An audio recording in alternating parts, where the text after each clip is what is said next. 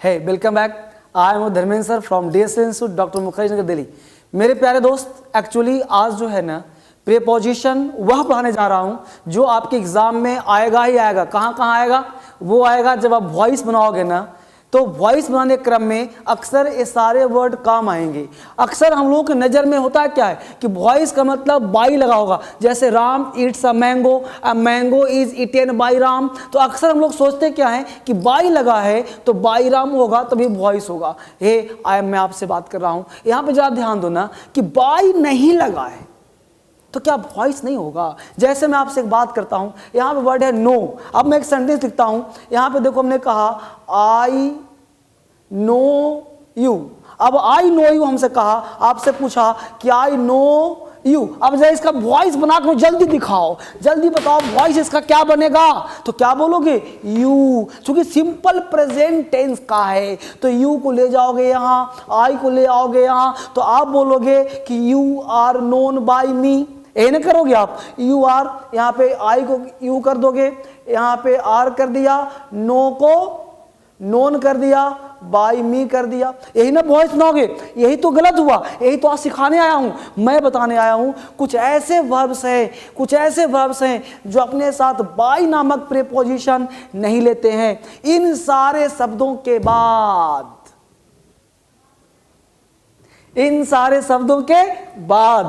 By नामक preposition नहीं लगेगा। ये बात समझ पा रहे हो आप? इन सारे शब्दों नो के बाद, इनवाइटेड के बाद, लिसन के बाद, प्रेफर के बाद बाई नहीं आएगा। इसके बाद भी बाई नहीं आएगा, इसके बाद भी बी बाई नहीं आएगा। तो क्या आएगा सर? वही तो सिखाने आया हूं। तो सबसे ध्यान दो, नो का मतलब जानना, इनवाइटेड इनवाइट करना। अब इनवाइटेड दो तरह से, एक पार्टी में भी इनवाइट करते हैं, एक कोई व्यक्ति भी इनवाइट करता है। तो इनवाइटेड पे ध्यान देंगे हम लोग। तो जब इन सारे शब्दों के साथ टू लगाते हैं, क्या लगाते हैं बाबू? टू लगाते हैं। इन सारे शब्दों के बाद टू लगाते हैं। I know you, you are known to me, you are known to me, not by me. समझ में आया? जैसे invited, Mister Sharma is invited to the party. Mister Sharma party में इनवाइटेड किए गए हैं, तो इनवाइटेड टू द पार्टी। बात समझ रहे हो? ही इज इनवाइटेड बाय राम। अगर इनवाइटेड के साथ पार्टी जुड़ा हो तो टू लगाते हैं, और कोई पर्सन जुड़ा हो, पर्सन, तो यहां पे बाई लगाते हैं। अगर व्यक्ति जुड़ा हो तो बाई लगाते। नया चीज सीखो ना, अंग्रेजी का क्रांतिकारी चीज सीखो। इनवाइटेड, अगर भाई वॉइस 25-20 नंबर का पूछता आपके एसएससी में, सीपीओ में, और डे टू डे लाइफ में कितनी बार बोलते हो? नो के साथ क्या लगाओगे बाबू? टू। इनवाइटेड के साथ टू भी लगाना, बाई भी लगाना, लिसन के साथ टू लगाना, प्रेफर्ड के साथ टू लगाना, एडिक्टेड के साथ टू लगाना। He is addicted to gambling, तो एडिक्टेड के साथ, सबके साथ क्या लगाना? टू का प्रयोग। ये सब आप स्क्रीनशॉट ले लो ना, ये सबको लिख लो, बैठ के पॉज करो, लिख लो, कॉपी किताब लिखा के। ये सब बहुत एग्जाम्पल में काम आएगा। तो इन सब के साथ प्लस करके टू लगाइए। एग्जाम में क्वेश्चन कैसे नहीं बनेगा भाई? तो हमने कहा known to, you are known to me, he is invited to the party, I am listen to your, तो listen to, prefer to, addicted to. इस तरह से आपका काफी तैयार हो जाएगा। आई होप याद करने का सबसे बेस्ट तरीका है चुटकियों में याद करो, चुटकियों में, एक पल में याद हो जाएगा। वॉइस बनाओ 20 नंबर का। अगला कॉन्सेप्ट देखो, अगला वर्ड है प्लीज्ड। प्लीज्ड का मतलब कृपया ना, प्लीज्ड का मतलब खुश हुआ। मैं तुमसे खुश हुआ, I am pleased with you, I am pleased with you.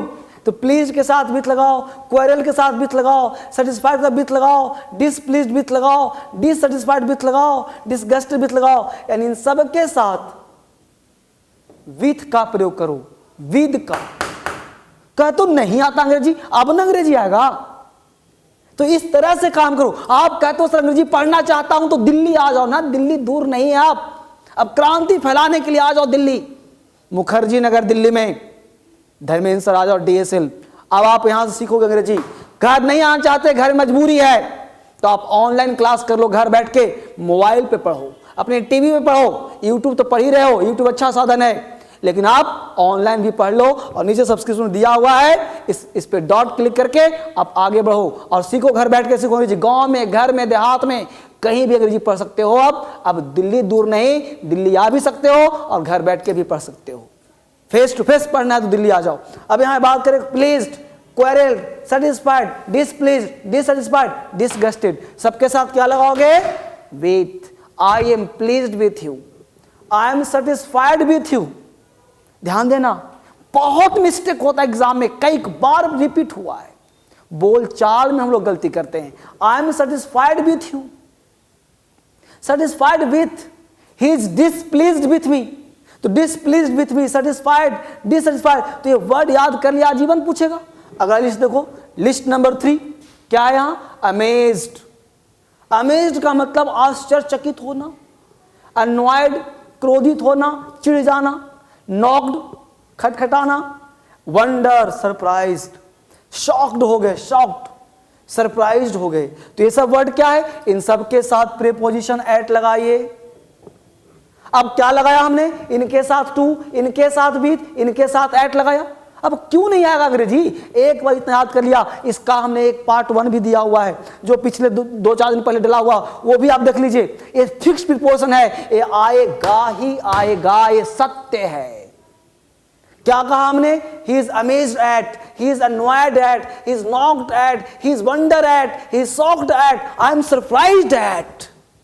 I am surprised with नहीं, I am surprised at, I am shocked at with his behaviour. तो I am shocked at his behaviour, तो I am shocked at his behaviour, तो shocked at, तो at का प्रयोग करेंगे, surprise का प्रयोग करेंगे, इस तरह से आप प्रयोग करिए। और कभी भी लाइफ में दिक्कत हो तो आप हमेशा याद करें, कमेंट करें और क्या वीडियो चाहिए। आप नेगेटिव हैं, आप अंग्रेजी के परेशान हैं, आप घबराओ मत, धर्मेंद्र सर हमेशा आपके लिए काम करते हैं। आप YouTube देख रहे हो, देखते रहो, अंग्रेजी वहीं सीख जाओगे आप। आपको जहां कहीं भी दिक्कत हो आप कमेंट करो, आप किस चीज़ पे वीडियो बनाऊं, अंग्रेजी में कहां कहां परेशानियां हैं, धीरे धीरे एक एक करके क्लियर होगा। अब एक बच्चे का क्लियर नहीं होता तो बच्चे नाराज हो जाते हैं। बहुत दिन से प्रीपोजिशन का डिमांड था, अब प्रीपोजिशन चुटकियों में सीखें, अब प्रीपोजिशन चुटकियों में देखें और इस तरह से याद करो। मैं एक एक कर छोटे छोटे वीडियो देता रहूंगा, ये सबका एक बड़ा स्क्रीनशॉट बढ़िया से ले लो और फिर इसको रटते रहो, याद कर लो और ये हमेशा काम आएगा स्पीकिंग में, राइटिंग में और एग्जाम में। ठीक है, पूरा वीडियो देखने के लिए बहुत धन्यवाद और इस वीडियो को पूरे भारत में शेयर करने के लिए बहुत बहुत धन्यवाद। Thank you very much.